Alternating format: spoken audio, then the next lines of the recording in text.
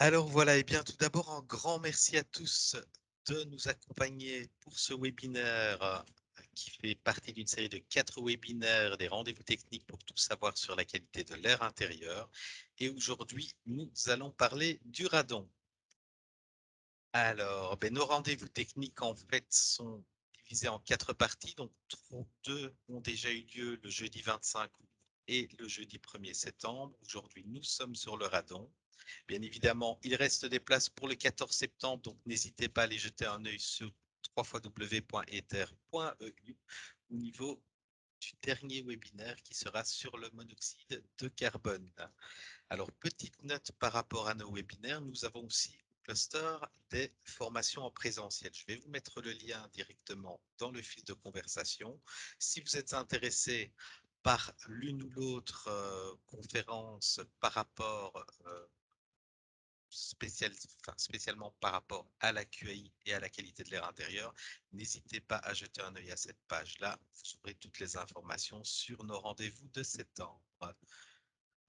Voilà. Alors, aujourd'hui, au programme, le radon, donc une introduction sur la problématique et un point sur la réglementation belge. On va parler des manières de se prémunir du radon, des solutions à des cas concrets, des bonnes pratiques et des mises en œuvre pour garantir une bonne QAI. Et tout ça va vous être présenté par Monsieur Boris de Hanscutter de l'Agence fédérale de contrôle nucléaire. Alors, vous avez remarqué que pour l'instant, vos micros sont coupés. Nous aurons une séance de questions-réponses à partir de 12h15 où nous pourrons échanger sur l'ensemble de la présentation de Monsieur de Hanscutter. Voilà, je vais laisser la parole à monsieur et je vous souhaite à tous un bon webinaire. Petite note peut-être par rapport à Ether. Donc, qu'est-ce que le projet Ether? C'est un ensemble de professionnels qui met des dizaines de ressources et informations pertinentes pour contribuer à une meilleure QAI dans les bâtiments. C'est un ensemble de 9 opérateurs transfrontaliers, flamands, français et wallons. Et nous avons pour habitude, quand nous présentons nos webinaires, de sortir quelques chiffres. On a évidemment des dizaines de chiffres comme ceci, mais on en sort à chaque fois quelques-uns. Ici, des chiffres assez interpellants, hein, comme quoi l'air intérieur peut être jusqu'à 7 fois plus pollué que l'air extérieur. L'OMS dénombre 3,8 millions de décès prématurés qui seraient dus à la pollution de l'air intérieur, les moisissures présentes dans plus de un tiers des logements et 91% de la population mondiale qui vivrait dans des endroits où les lignes directrices de l'OMS ne seraient pas respectées au niveau QAI.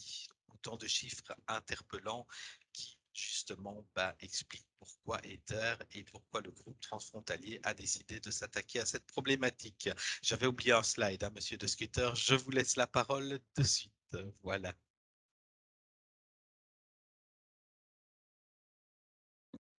Très bien, merci. Bonjour tout le monde. Voilà, merci pour l'introduction et l'invitation à participer à cette webinaire sur un sujet, une problématique très importante, la qualité d'air intérieur, qui est entre autres liée directement avec le sujet dont on s'occupe chez nous à l'agence. Et je vais lancer la présentation. C'est-à-dire donc la radioactivité naturelle et le radon, le gaz radon présente dans les constructions. Est-ce que vous voyez la présentation? Oui. OK. Donc voilà, moi, je m'appelle Boris Zahn, je travaille pour l'Agence fédérale de contrôle nucléaire. Donc, qui sommes-nous? C'est donc l'organisme fédéral belge qui est responsable pour la protection de la population, des travailleurs et de l'environnement contre les dangers des rayonnements ionisants, de la radioactivité. Nous sommes plus ou moins 150 collaborateurs et on se focalise sur 6 points d'attention, les installations nucléaires, bien sûr, euh, bien que les centrales nucléaires qui produisent l'électricité ou les installations de recherche. Bon, lié à ça, il y a bien sûr toute la problématique des déchets radioactifs qui doivent être conditionner et traiter de façon sécure la sûreté, donc la non-prolifération, etc., des substances radioactives est un sujet. Le transport des radioisotopes pour les hôpitaux, etc., donc qui est lié à la protection de la santé. Donc la radioactivité est utilisée dans le monde de la santé pour la diagnostic et le traitement des cancers, notamment, ou d'autres maladies. Et donc, le département surveillance du territoire et rayonnement naturel, pour lequel donc moi je travaille, où on s'occupe de tout ce qui est les campagnes de mesure, la surveillance, donc les réseaux qui mesurent la radioactivité sur le territoire, et le rayonnement, la radioactivité naturelle. Pourquoi c'est un sujet important? Parce que quand on regarde l'exposition de la population ici, dans le cas de la population belge, on voit que plus ou moins la moitié des expositions à la radioactivité, c'est dû aux initiatives ou aux actions des applications médicales, donc la diagnostic et le traitement. Ici, on considère que c'est un processus qui est optimisé, donc où on évite d'avoir fait trop d'exposition à la radioactivité et on essaie de minimaliser, mais donc ça apporte plus de bien que du mal. Les autres sources comme l'industrie, le rayonnement cosmique, c'est moins important et de toute façon, le rayonnement cosmique, on ne peut pas l'arrêter, il n'y a pas moyen de se protéger contre ce genre de radioactivité. Le rayonnement terrestre non plus, ce sont des radionuclides qui sont présentes dans la croûte terrestre, on ne peut pas les enlever et ils seront là pour toujours. Par contre, le radon et le thorium, qui est donc une source d'exposition à la radioactivité naturelle aussi, est considéré comme une source où on peut agir, où on peut donc intervenir afin de réduire cette contribution, si vous voulez, de plus de 30% à l'exposition de la population, qui n'apporte peu de bien et plus de mal. Bien que c'est une source naturelle, l'exposition au radon n'est pas vraiment naturelle parce que c'est un résultat d'un développement technologique, c'est-à-dire la construction. Le radon se concentre dans les constructions. Les constructions sont bien sûr artificielles. Donc, c'est pourquoi dans la construction, on peut trouver des solutions ou des actions, des points d'attention afin de limiter au maximum ou de réduire, si nécessaire, l'exposition à la radioactivité et le radon. Donc, on va parler des risques pour la santé, comment on peut détecter, pourquoi il y a des variations sur le territoire en Belgique et dans le monde entier, en fait. Quels sont les modes de transport pour le radon? Comment ça entre dans une construction? C'est très important si on veut comprendre ou si on veut appliquer des solutions, il faut comprendre comment ce gaz s'infiltre dans une construction.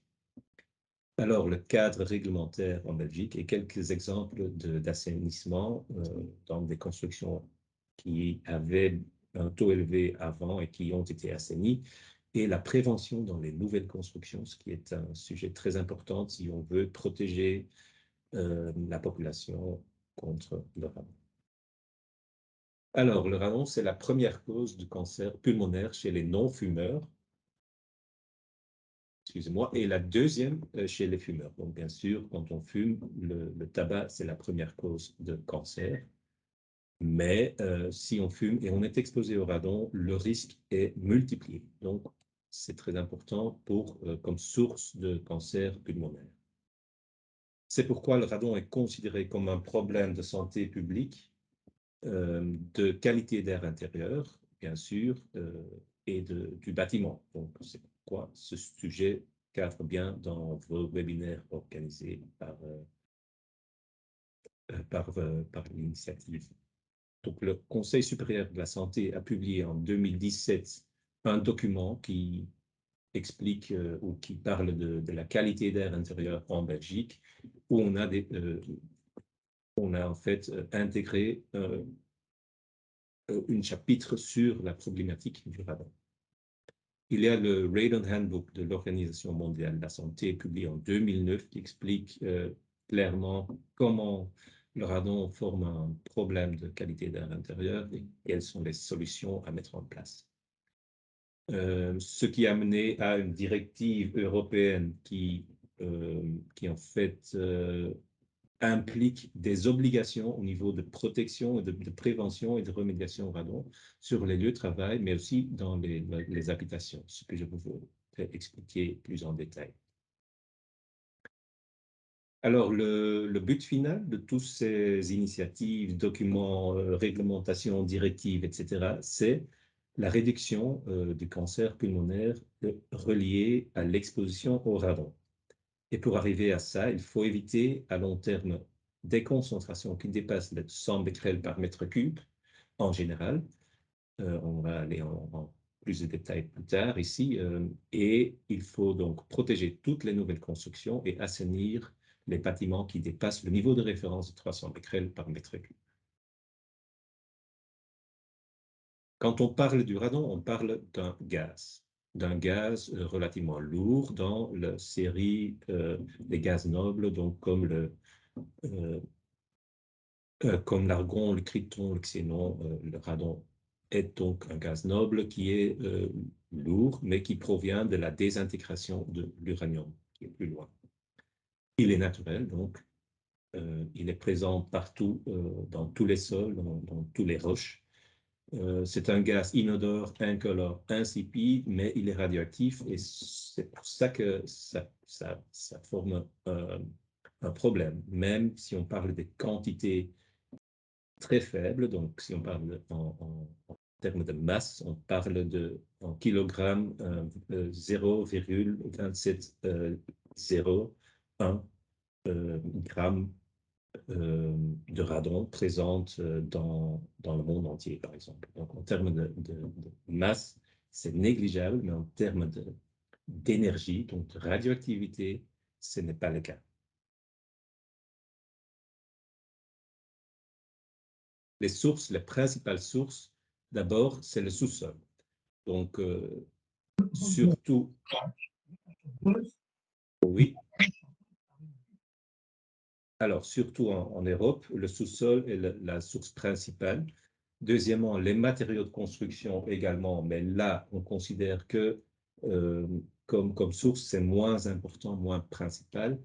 L'eau de ville contient un petit peu de radon qui peut contribuer à l'exposition dans une construction et le gaz naturel en Europe, c'est très peu chargé en radon. Mais aux États-Unis, par exemple, il y a des endroits où le gaz est plus riche en radon et quand on cuisine, on a donc une source de radon dans la cuisine. Alors, il faut comprendre que la croûte terrestre contient partout de l'uranium naturel, qui est un élément lourd, un métal qui se désintègre parce qu'il est radioactif et qui forme du radium. Lui aussi, le radium est un métal qui se retrouve dans le sol et la roche et qui produit un gaz, le radon 222. Le gaz, comme c'est un gaz, il va pouvoir s'échapper, se libérer de la roche et du sol pour se retrouver dans la porosité, donc dans l'air libre qui est présent dans le sol. Et il va se déplacer avec les courants d'air, donc les différences en pression vont faire que le radon va se retrouver dans l'atmosphère libre où il va se désintégrer pour former d'autres éléments radioactifs, les descendants, comme on les appelle, le polonium, le plomb, le bismuth, encore un autre isotope de polonium et le plomb stable finalement. Ce sont en fait les produits de décroissance, donc les produits qui sont formés par le radon, qui eux-mêmes sont des émetteurs alpha, donc sont des éléments radioactifs, qui vont donc entrer dans les poumons pour irradier le tissu pulmonaire où ils vont donc créer des dégâts au niveau des cellules pulmonaires, de l'ADN qui augmente le risque de développer un cancer du poumon. Donc, c'est déjà connu depuis plusieurs siècles que on avait constaté qu'il y avait un nombre élevé de cancers du poumon. On ne savait pas que c'était des cancers, mais des décès chez des mineurs qui travaillaient dans des mines d'argent à l'époque, parce que les mines d'argent sont plus ou moins les mêmes que les mines d'uranium, mais bien sûr, l'uranium n'était pas utilisé au XVIe siècle, mais c'était donc l'argent qui était exploité et les gens qui travaillent dans ces mines étaient exposés à des concentrations élevées en radon parce qu'il y a de l'uranium dans ces mines qui produit du radium, qui produit du radon.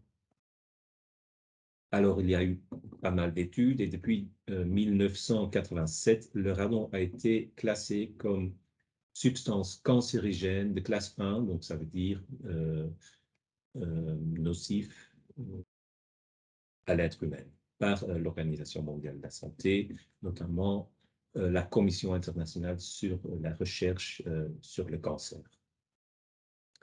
Et bien sûr, le risque est lié à l'émission des particules alpha du gaz radon et des produits de décroissance du radon. Donc, on aspire les particules qui se retrouvent dans l'atmosphère dans une construction en concentration plus élevée, où donc, par conséquence, les poumons sont exposés à des concentrations plus élevées en produits de décroissance du radon qui augmentent le risque de développer un cancer du poumon. Et quand on fume, on inhale encore plus de particules d'aérosol. Donc, on va inhaler, on va respirer plus de particules radon et produits de décroissance, et donc le risque est encore plus élevé quand on fume.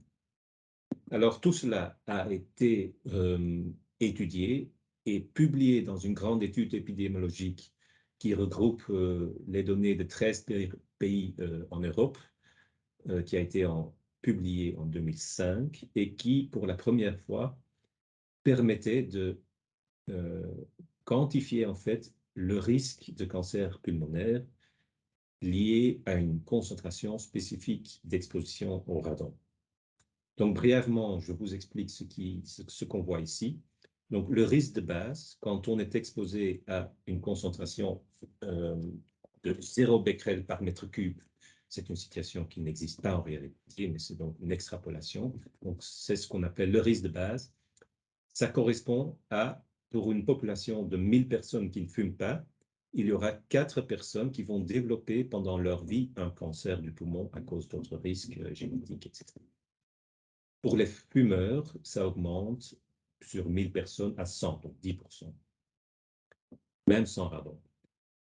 Quand on regarde la même population exposée à des taux plus élevés en radon, on voit que le risque augmente. Si on était exposé, par exemple, à 400 becquerels par mètre cube pendant toute une vie, on voit que le risque, au lieu de 4 sur 1000, augmente à presque 7 sur 1000. Donc, c'est 60% plus de risque. La même compte pour les fumeurs. Au lieu de 10%, il y a 16% des fumeurs qui vont développer un cancer du poumon quand ils sont exposés à 400 becquerels par mètre cube pendant toute leur vie. Ces mêmes personnes exposées à 800 becquerels, on voit que le risque devient plus ou moins le double. Donc voilà, si on est exposé à 300 becquerels par mètre cube toute sa vie, on a 30% plus de risque que si on est exposé à 100 becquerels par mètre cube, une concentration normale. Il faut savoir que la radioactivité et les risques liés à l'exposition à la radioactivité jouent sur une très longue période. C'est pourquoi au début du XXe siècle, quand on a découvert le radium, on ne savait pas, on ne connaissait pas les effets nocifs qui jouent à long terme. Donc, on développait des crèmes de beauté, on développait des boissons, le soda atomique, parce qu'on considérait que l'énergie radioactive qui est effectivement là, on peut le voir, cette énergie pouvait être positive pour la santé, mais les effets sur long terme, on ne les connaissait pas. Je dis ça parce que l'exposition au radon c'est un risque à long terme. Ça n'a peu ou pas d'influence ou d'impact sur la santé si on est exposé pendant quelques minutes, quelques heures, quelques mois, mais si on est exposé pendant plusieurs dizaines d'années, ça commence à jouer. Alors, comment on peut détecter le radon? On sait qu'il y a des variations en concentration journalière très importantes qui sont liées aux variations atmosphériques, donc le temps change, la température, la pression atmosphérique, la pluie, tout ça va influencer l'infiltration du radon dans une construction.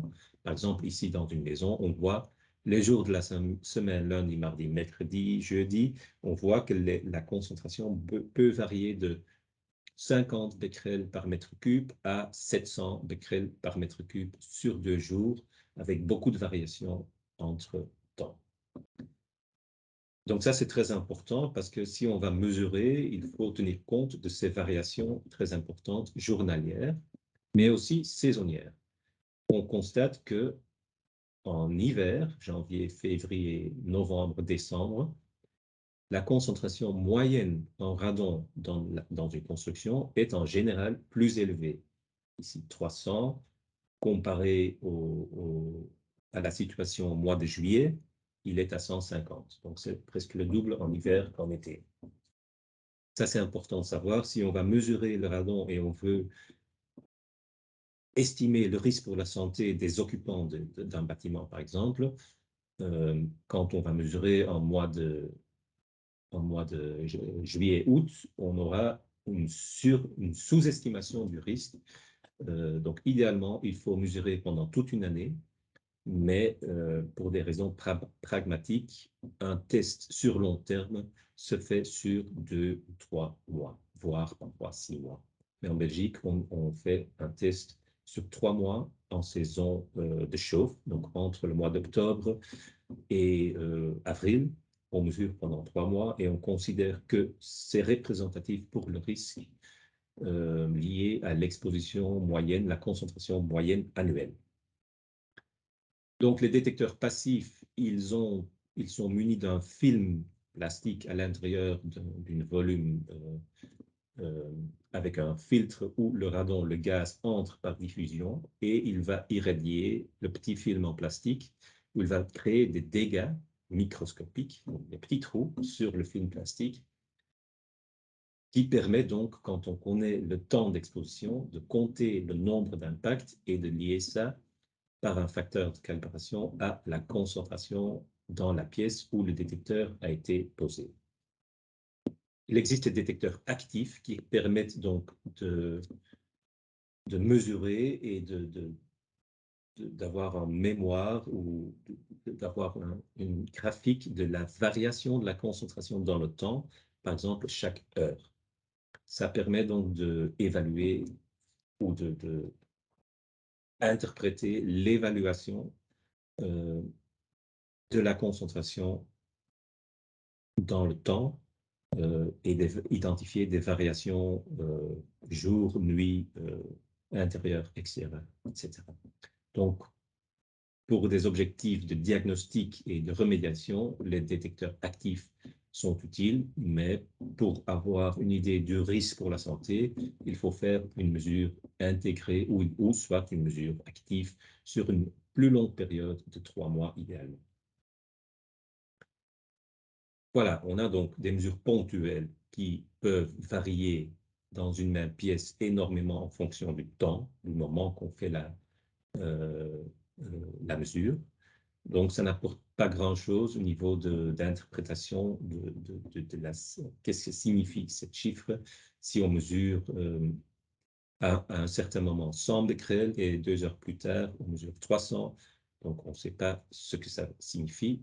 Pour avoir une idée de l'impact sur la santé, il faut faire une mesure intégrée sur une plus longue période, idéalement 3 mois. Les mesures continues permettent de voir les variations qui sont liées éventuellement à l'activation des systèmes d'assainissement ou les variations atmosphériques, etc. Voilà pourquoi il y a tellement de variations ou de différences en risque radon, en concentration maximale, etc., en fonction de l'endroit où on mesure.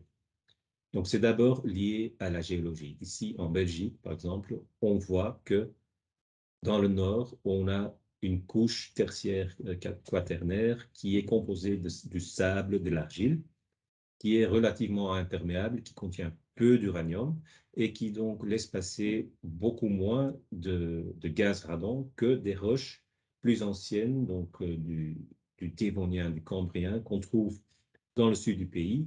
Ce sont des roches qui sont fissurées, qui contiennent un peu plus d'uranium et qui donc provoquent une émanation plus importante du radon. Donc, la concentration d'uranium dans les roches en Belgique, on voit que ça varie fortement. Donc, l'argile, le sable, la concentration est très faible. Si on compare à la concentration dans les schistes, les grès en Ardennes, par exemple. Là, la concentration en uranium est beaucoup plus élevée, les roches sont plus fissurées et donc ça provoque une émanation plus importante du radon. Alors, nous avons cartographié tout ça en tenant compte de la composition de la géologie, plus les mesures faites ou effectuées à l'intérieur des habitations dans ces régions. Donc, on a combiné ces informations-là pour créer une carte où on identifie sur 1 km², donc les carrés de 1 km sur 1 km, le niveau de risque, donc exprimé en pourcentage de probabilité d'avoir ou de dépasser le niveau de référence de 300 becquerels par mètre cube. Donc, par exemple, en Ardennes, on a beaucoup de régions où on voit qu'il y a plus de 20% de risque, de probabilité de dépasser 300 becquerels par mètre cube dans une construction quand on ne prend pas quand les constructions ne sont pas protégées contre le radon, évidemment. Dans le nord, on voit que s'il n'y a pas de couleur, il y a moins de 1% de probabilité de dépasser le niveau de référence. Donc, il y a des fortes variations qui sont liées à la composition du sous-sol. Vous retrouverez cette application web sur Internet via le lien sur notre site, par exemple. Donc, le taux de radon dans une construction, c'est lié à la géologie, mais aussi à la qualité du sol. Donc, les sols qui sont plus perméables, ils laissent passer plus de radon. Une couche d'argile, il bloque le radon qui est formé en profondeur et il forme une barrière. Le radon n'entrera pas dans la construction. Donc ça, c'est la situation dans le nord, où on voit que la concentration moyenne à l'intérieur des bâtiments est 30 becquerels par mètre cube. Dans le sud, où on trouve du schiste dans le sous-sol, la concentration moyenne est 80 becquerels par mètre cube avec des taux maximaux de plusieurs milliers de becquerels liés justement à ce fait qu'il y a plus de perméabilité et plus d'uranium. Comment est-ce que le radon se déplace? Comment il entre dans une construction? Il s'infiltre principalement par advection. Ça veut dire qu'il va se déplacer en fonction de la différence en pression entre deux endroits, notamment entre le sol et le bâtiment. C'est un transport qui peut être très rapide et qui peut jouer sur des très grandes distances. La différence en pression est causée, la cause est la différence en température entre la construction et l'extérieur. Quand il fait plus chaud à l'intérieur que dans le sol, l'air chaud va monter et va créer une dépression au niveau du contact entre le sol et la construction. Cette dépression va aspirer, donc l'effet de cheminée, le tirage thermique va aspirer l'air venant du sol chargé en radon. Quelques exemples typiques de la situation en Ardennes où on trouve du schiste très fissuré. Ici, pas en contact direct avec la construction, donc ça c'est un bon pratique. Qu'on a ici une couche qu'on va remplir après avec un gravier qui permet le radon qui est formé dans la roche de s'échapper et de se retrouver dans l'atmosphère avant d'entrer dans la construction. Donc voilà, une couche d'argile imperméable va formera une barrière contre le radon qui est formé en profondeur. Par contre, quand on n'a pas cette couche imperméable, le radon se retrouvera au niveau du sol et s'il y a une construction ici, il va s'infiltrer dans cette construction. Comment il s'infiltre? Par des fissures, des défauts d'étanchéité au niveau des murs, des murs enterrés, des fissures dans des murs ou parfois les blocs en béton qui ne sont pas nécessairement étanches à l'air quand ils ne sont pas protégés par l'extérieur contre, bon, protégés, ça veut dire rendu étanche à l'air. Il y a des fissures, parfois des micro-fissures au niveau de la dalle du béton, la dalle de sol dans les caves. Il y a des joints de dilatation qui existent souvent entre la dalle de sol et les murs et les fondations. Les joints de dilatation, des ouvertures donc par où de l'air chargé en radon peut éventuellement entrer dans la cave et puis à partir de la cave dans les pièces de vie. Une situation avec par exemple, un vide ventilé et le plancher sur le vide ventilé, alors le radon qui se forme en profond dans le sol va se retrouver dans le vide ventilé et va passer à travers le plancher sous condition que ce plancher n'est pas étanche à l'air. Les passages dans la dalle de sol pour les gains techniques, les tuyaux, l'évacuation des eaux, etc., l'entrée d'eau de ville, les pompes à chaleur, toutes ces perforations dans la dalle forment ou risquent de former des voies d'entrée pour l'air et le radon pour s'infiltrer dans la construction. Voilà, comment et pourquoi on gère toute cette problématique au niveau de la protection des nouvelles constructions et l'assainissement des situations existantes. Alors, on suit la directive publiée en 2013 déjà, début 2014, et fait transposer en législation belge, arrêté royal qui a été adapté en 2020 et qui dit que pour les lieux de travail, il a des obligations de mesurer et de remédier dans certaines zones et dans certains types de lieux de travail. Il y a la nécessité de déclarer une situation si la concentration en radon dépasse le niveau de référence. Il y a l'obligation de faire une remédiation, un calcul de dose et optimiser la situation si possible. Et il y a un système de mesures de contrôle et d'inspection qu'on effectue dans les lieux de travail pour identifier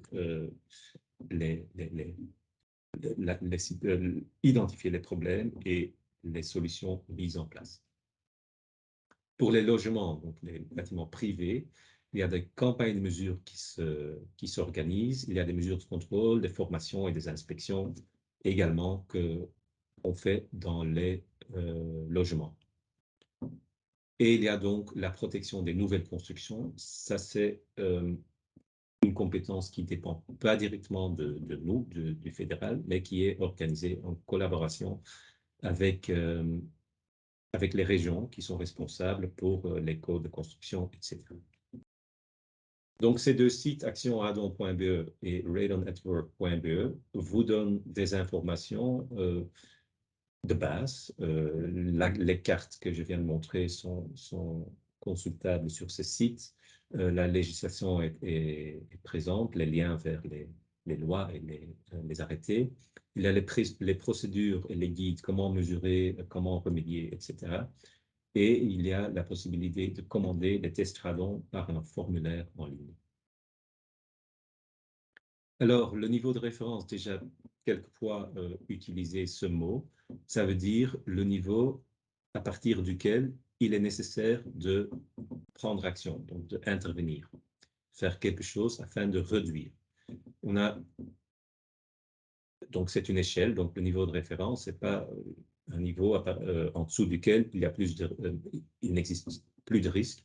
Non, il y a toujours un risque, mais ce risque augmente avec, bien sûr, la concentration mesurée c'est équivalent plus ou moins à l'efficacité énergétique d'une construction, où on exprime en fait oui, la performance énergétique en termes d'un chiffre qui va de très bien à très mauvais. Donc c'est la même chose pour le radon. Le niveau de référence est un niveau de guide pour dire, OK, à partir de ça, il faut intervenir.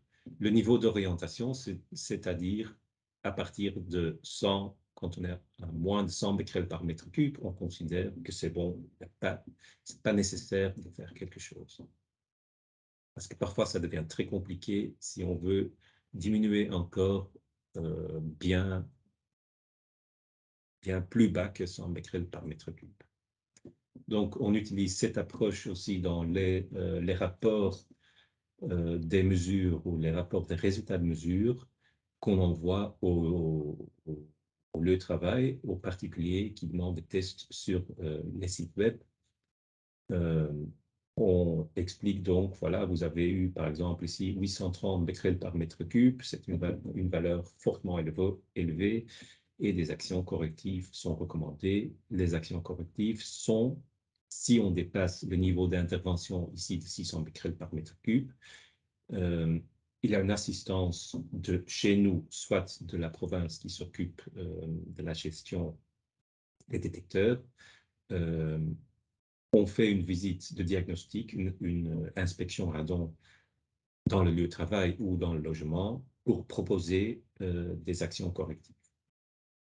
Voilà, donc tout ça se trouve dans le plan d'action national belge qui couvre la période 2020-2025 et où on retrouve donc toute une série d'initiatives, d'activités avec des objectifs à long terme, donc la prévention générale pour les nouvelles constructions, ce qui aura comme effet la réduction de la concentration moyenne de l'exposition de la population, donc une réduction du risque collectif et un standstill de la situation dans le nord du pays. Donc ça veut dire qu'on ne veut pas augmenter la concentration moyenne dans les régions où actuellement la situation est considérée comme une bonne situation, acceptable.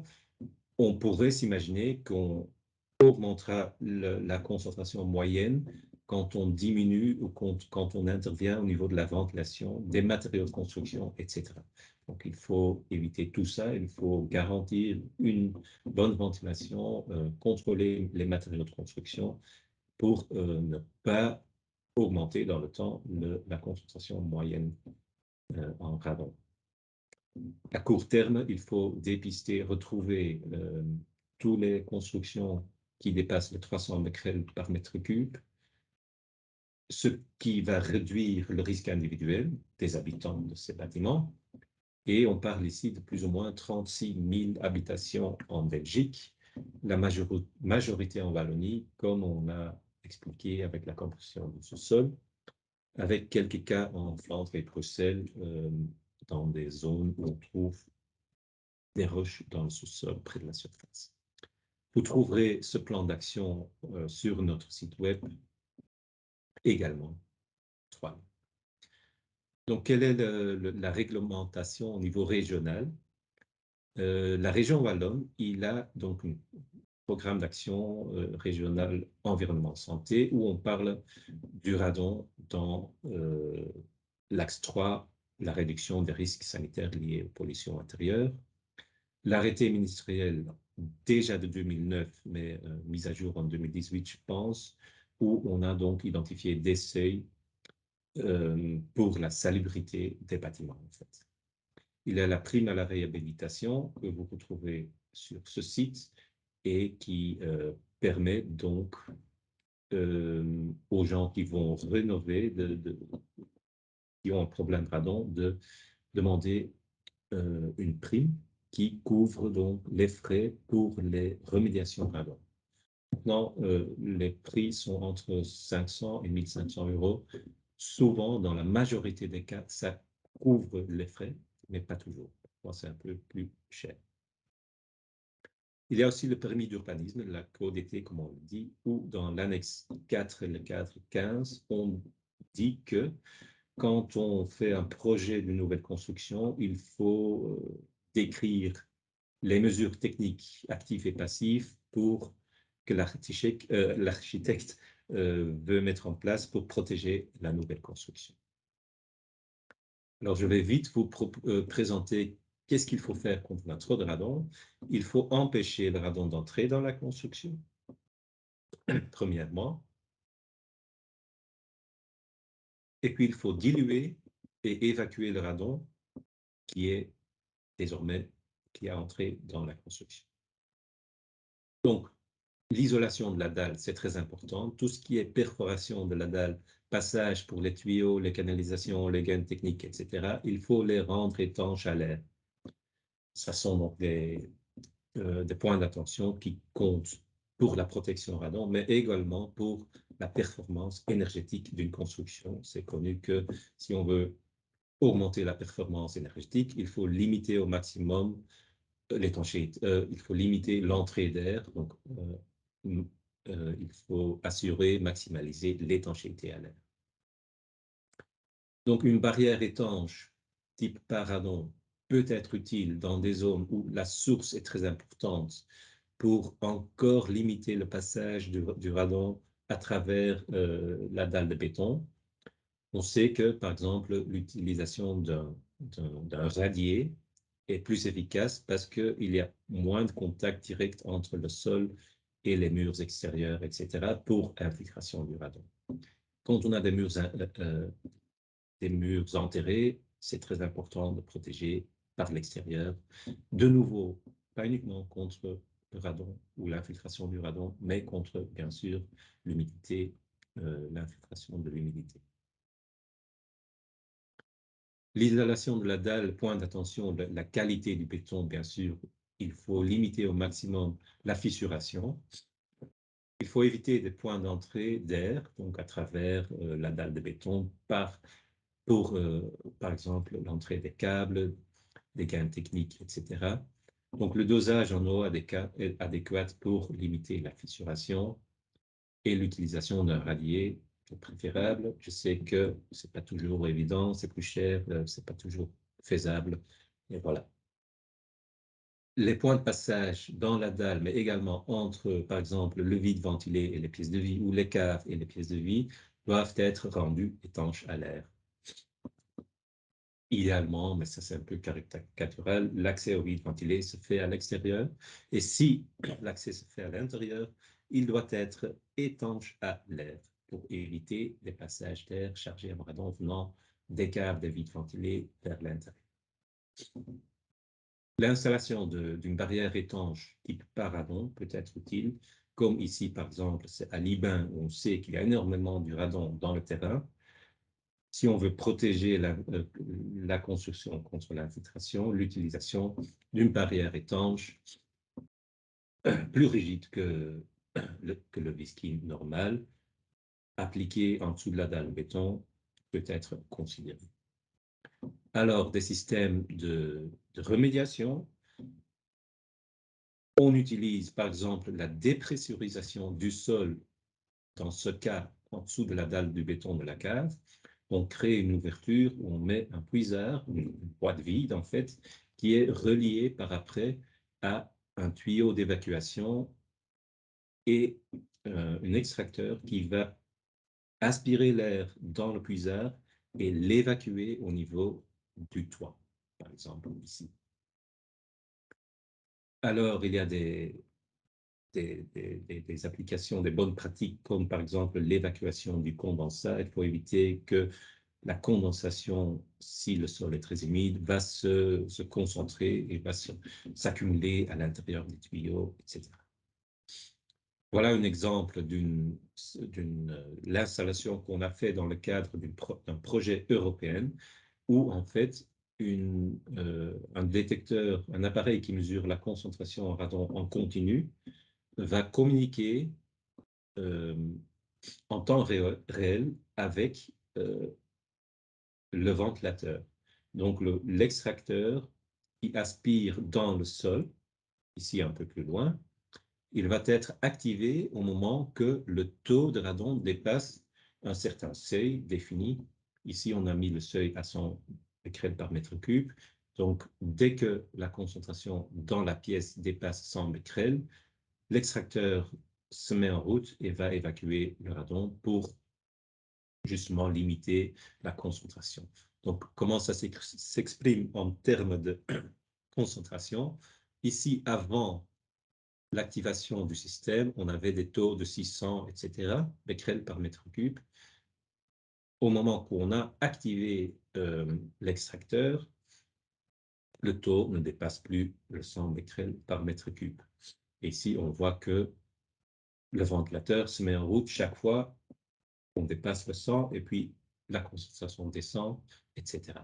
Donc, ça permet de garantir pendant toute l'année, en fait, la situation optimale en termes de concentration. Pardon.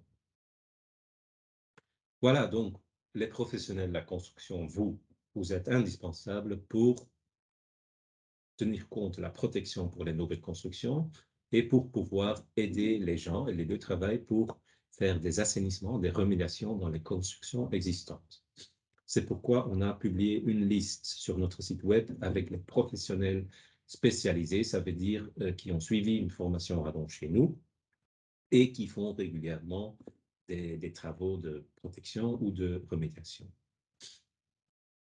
Plus d'infos, vous trouverez sur les plateformes actionradon.be ou Radon Network ou sur notre site web.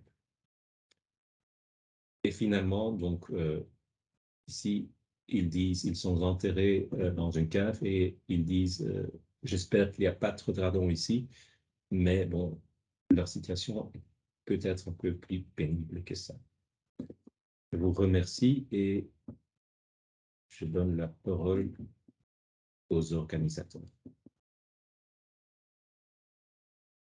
Eh bien, Monsieur Dunscutter, un grand merci pour cette présentation très instructive et très complète. On en a appris pas mal en fait, même quand on est un petit peu dans le milieu sur le radon.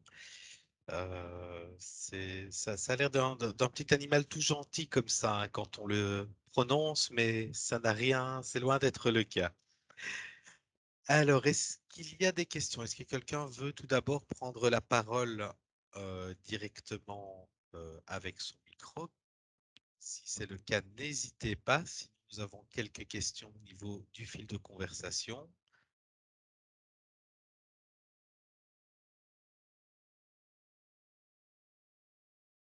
Apparemment, nous n'avons pas de personnes qui veulent prendre directement la parole. N'hésitez pas si vous avez une question pendant les interventions ici.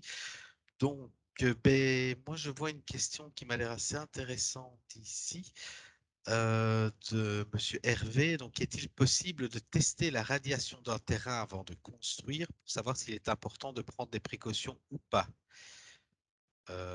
Entre parenthèses sur coût de chantier, ou on ne sait on ne sait le mesurer seulement que quand le bâtiment est fermé. Voilà. Donc, c'est un petit peu histoire d'anticiper la problématique. Oui, oui, c'est une très bonne question parce que elle est posée souvent par des gens qui veulent construire, mais la réponse est un peu complexe. Ça veut dire que oui, c'est possible de tester un terrain en termes du risque radon, mais l'interprétation de cette étude n'est pas nécessairement facile. Ça veut dire que quand on mesure aujourd'hui la situation sur un terrain, ce n'est pas nécessairement représentatif pour la situation après construction.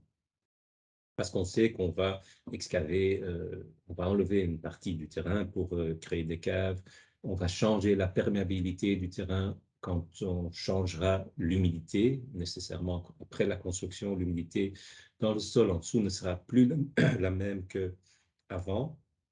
Donc, il y a pas mal de paramètres qui sont difficiles à interpréter. Donc, l'étude en soi est relativement complexe. Ça prend un certain temps et donc ça coûte un certain montant qui est comparable aux frais à mettre en place pour les mesures de protection radon. Donc, quand on considère que c'est presque aussi cher de faire l'étude que de prendre les mesures de prévention, on considère, et en plus, on n'est pas sûr du résultat, c'est compliqué à interpréter le résultat, nous, on considère qu'il vaut mieux prendre les mesures de prévention basées sur les infos qui se trouvent notamment sur ce site web que je viens de montrer dans la présentation. Donc là, on a sur 1 km² le risque lié à la géologie, donc en fait le risque lié au terrain même. Et basé sur ça, on peut dire, voilà, on va prendre les mesures de protection de base ou plus élaborées. Donc, on va mettre une couche perméable avec un drain en dessous de la dalle, ou voilà, on n'est pas dans une zone à risque, donc c'est pas nécessaire. On va juste assurer l'étanchéité à l'air de la dalle. Voilà, donc tester les terrains possibles, oui, mais pas recommandé. Il vaut mieux prendre les mesures de prévention dans tous les cas, mais le niveau de protection en fonction des données qu'on trouve sur la carte sur cet site. Ok, parfait. Donc, en gros, il est quand même préférable de protéger le bâtiment plutôt que de, je vais dire entre parenthèses, perdre son temps à Ouais, analyser les sols, là. C'est un peu ouais. l'idée. Ok. Tiens, par rapport à ça, il y avait une question, je rebondis justement sur cette question. Donc, du coup, il n'y a aucune norme qui oblige à fournir des chiffres au niveau d'une vente d'un terrain, par exemple, en cas de zone à risque. Il n'y a pas de personne qui souhaite vendre son terrain ne peut pas être tenu de fournir, voilà, un risque radon. Non, ce qui se passe dans plusieurs communes qui se trouvent dans des zones à risque, c'est que les notaires ou l'administration communale donnent les infos sur le radon au moment d'une vente. Ok, parfait. Et alors, je vois que j'avais encore une question ici de Monsieur Lobokunda. Quelle est l'utilité du radon dans la société ou dans l'industrie de transformation? En d'autres termes, est-ce qu'il y a un impact positif ou négatif par rapport à cette matière? Alors, quand on parle du radon dans la construction, il n'y a pas d'aspect positif. Donc, c'est une source de pollution intérieure qu'il faut limiter au maximum. Elle n'a pas Euh, d'utilité encore. il n'a pas d'utilité parce que, comme j'ai dit tout au début, quand on parle de masse, c'est 2 fois rien. Il y a très peu d'atomes de radon dans le monde, donc on ne peut pas les utiliser ou les appliquer pour produire de l'énergie ou quelque chose comme ça. Par contre, ce qui existe, ce sont des, euh, des centres de santé, donc des spas, des piscines où les gens qui ont certains problèmes de santé, par exemple le rhumatisme, ils vont se reposer dans un bain qui contient beaucoup de radon et ils disent que ça, ça allégère un peu les douleurs. Mais bon, ce sont des applications très spécifiques qui existent un peu partout en Europe où on trouve des grottes ou des piscines, des endroits, des sources chargées en radon qui sont utilisées pour ça. Ça existe en France, en Allemagne, en Suisse, en Autriche, pas en Belgique parce qu'on n'a pas vraiment des situations ou des endroits euh, qui sont adaptés à ça. Mais voilà, ça c'est une utilité qui apparemment fait quelque chose au niveau des gens qui ont des problèmes de santé. Donc, des genres, un genre d'application de wellness ou de, de, oui, de spa. Ok. Bon, ben, on ira faire un petit tour au terme. Alors, Euh, j'ai une question ici de Madame Pyromégen. En rénovation d'une maison, doit-on isoler la dalle ou sol existante? Non, attendez, je reprends. En rénovation d'une maison, on doit isoler la dalle de sol existante. Si l'on place une membrane, ne sait pas faire passer celle-ci sous les briques, comme sur le schéma, est-ce utile de le faire malgré cela? Alors, en général, non. c'est trop compliqué pour obtenir une situation où cette film est installée de façon vraiment étanche. Justement, le contact avec les murs, etc., c'est très compliqué. Donc, ce qu'on fait en général, c'est plutôt, donc on va bien sûr essayer d'étanchéifier ou d'isoler la dalle de sol, mais pas nécessairement avec une membrane. On peut le faire avec une enduite, avec une peinture, avec un produit comme le mousse en polyuréthane, des silicones, où on va obturer les joints de dilatation, par exemple. Et souvent, car c'est très difficile de faire ça de façon 100% étanche à l'air, souvent on combine ça avec l'installation d'un système d'extraction sous la dalle. Donc on va extraire l'air, donc mettre le sol en dépression en dessous de la dalle de béton, et plus étanchéifier la dalle de béton. Et comme ça, il y a quand même un petit peu de perméabilité qui reste, ou de fuite, mais la dépression dans le sol évite que le radon entre dans la construction. Ok, parfait. Donc ça fait penser à quelque chose, du coup, tout ce qui est bâtiment sur pilotis est beaucoup moins sujet à ce genre de problématique. Oui, tout à fait. Je prêche un peu pour l'éco-construction, hein, du coup. Alors, j'ai une petite question de Monsieur Hervé à nouveau. Donc, le risque du radon étant donc l'accumulation dans les espaces à long terme, vu les débits importants de ventilation dans les nouvelles constructions, est-ce que ce risque est encore vraiment présent ou est-il de toute façon évacué grâce à la ventilation? Oui, donc en général, si la ventilation est performante, il va diluer de façon efficace l'air et donc la concentration en radon. Sauf s'il existe vraiment des défauts d'étanchéité très importantes et donc des sources, des voies d'entrée très importantes venant du sol. On a le cas, par exemple, des caves où les gens ont prévu un gravier, une ouverture avec un gravier pour la cave à vin, pour réguler l'humidité de la cave à vin, qui forme parfois donc une cheminée, une entrée énorme du radon, et même avec une VMC, on va avoir plus de radon qui entre à travers ce gravier de la cave à vin que du radon qui est dilué, évacué par le système de ventilation, la VMC. Donc, en général, oui, la VMC, mais c'est toujours une combinaison de l'étanchéité à l'air, de l'interface entre le sol et le bâtiment et la ventilation. Un grand merci pour cette réponse. Une dernière petite question ici de Megan Pirot. Donc, la mousse polyuréthane d'isolation empêche le radon de monter aussi.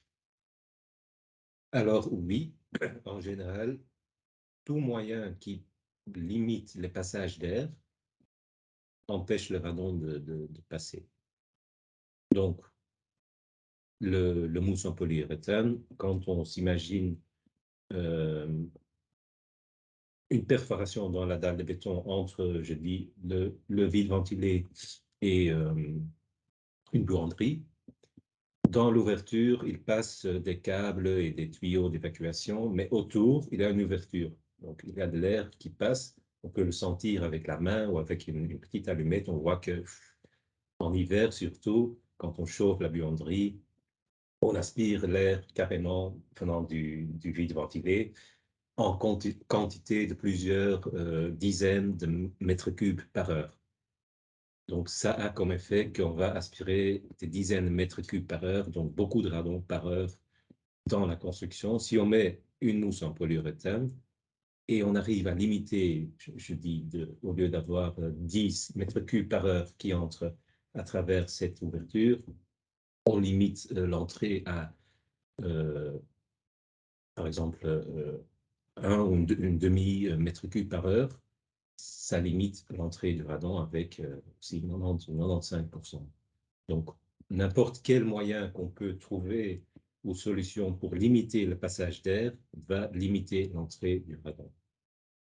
Donc aussi le polyuréthane, les silicones, même une feuille de gazette, si on veut. Ça, c'est peut-être pas une bonne pratique, mais ça arrête aussi en partie l'entrée du radon. Ok. Oui, donc c'est assez. Tiens, petite question par rapport à ça. Est-ce qu'on a des statistiques au niveau des zones à risque? Par exemple, sur 1000 maisons, bah tiens, on s'est rendu compte que 100, 150 maisons étaient à risque au niveau radon. Est-ce qu'on a sorti des statistiques? Tout à fait. Donc les cartes qu'on publie sont basées sur ces statistiques-là. Donc sur des mesures faites dans des logements. Pour avoir une population homogène, on ne mélange pas les lieux de travail et les logements en termes d'analyse statistique. Mais donc, la définition même des zones à risque est basée sur le pourcentage des maisons qui dépassent un certain seuil. Donc, on a utilisé le niveau de référence de 300 mètres. Donc, on voit que dans les communes ou les zones les plus exposées, ça peut dépasser 25-30%. Et dans des communes où il y a peu de risques, donc peu de risques géologiques, si vous voulez, c'est moins de 1 maison sur 100, donc moins de 1%. Ok, oui, c'est quand même pas négligeable du tout, hein, des zones, Oui. des zones à risque.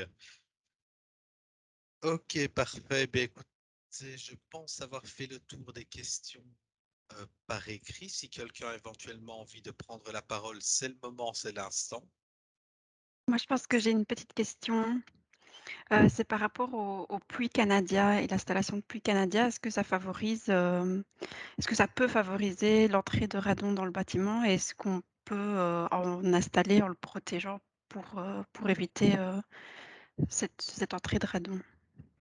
Oui, tout à fait. Donc, le puits canadien, c'est un bon exemple de, si on ne fait pas attention, on risque de faire ou de créer une entrée du radon énorme. Si on fait attention, on peut très bien limiter ou vraiment rendre, faire un niveau négligeable d'entrée du radon quand on prend en compte le risque, c'est-à-dire c'est au niveau de l'évacuation des condensats. Souvent, c'est fait par simplement un trou dans le tuyau juste avant l'entrée dans la maison, en contact avec le sol, pour que l'eau puisse s'infiltrer dans le terrain. Si on fait ça de façon juste un trou dans le terrain, bien sûr, ça peut, s'il y a beaucoup de radon dans cet endroit, ça forme une voie d'entrée importante pour le radon du terrain qui est aspiré avec les courants d'air du puits canadien dans la maison où il va donc augmenter la concentration. Maintenant, si on peut, si on en tient compte, on peut très bien faire cette évacuation de condensat étanche à l'air avec un siphon. Il existe beaucoup de possibilités pour rendre ça étanche. Une fois qu'on fait ça, il n'y a plus de contact direct avec le terrain et il n'y a pas de radon qui entre dans la maison. Donc oui, c'est un point d'attention. Quand on installe un puits canadien, faut tenir compte du radon en termes de contact avec le terrain qu'il faut éviter.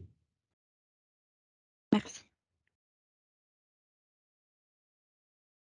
Bien, parfait. Si plus personne n'a de questions, je pense qu'on va pouvoir tout doucement clôturer le webinaire.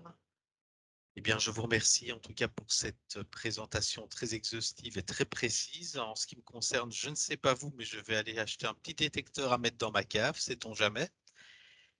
Et ben voilà, ben je vous souhaite à tous une excellente journée. Monsieur Dunscuter, merci pour cette présentation. Yasmina, peut-être le mot de la fin? Eh bien, je remercie Monsieur Scooter pour sa présence et sa conférence d'aujourd'hui. Je remercie tous les participants pour leur participation. Sachez que les replays des 2 premiers webinaires sont sur notre chaîne YouTube et il est encore possible de s'inscrire pour le prochain. Voilà. Merci à tous. Un grand merci Merci. à tous. et bien une excellente journée à vous et peut-être au plaisir de vous voir la semaine prochaine. Merci beaucoup.